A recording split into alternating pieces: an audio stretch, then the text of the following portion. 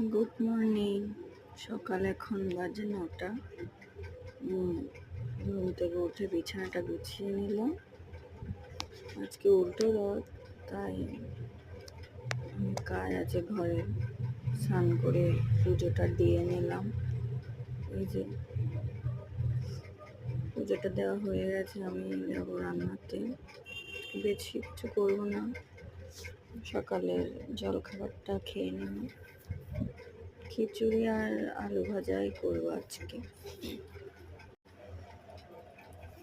আদা, টমেটো, কাঁচা লঙ্কা, আলু কেটে নিয়ে এটা আলু ভাজার জন্যে 5 ফোড়ন দিচ্ছি সর্ষের তেলের মধ্যে। শুকনো লঙ্কা, তেজপাতাটা ছিল না তাই দিতে পারিনি।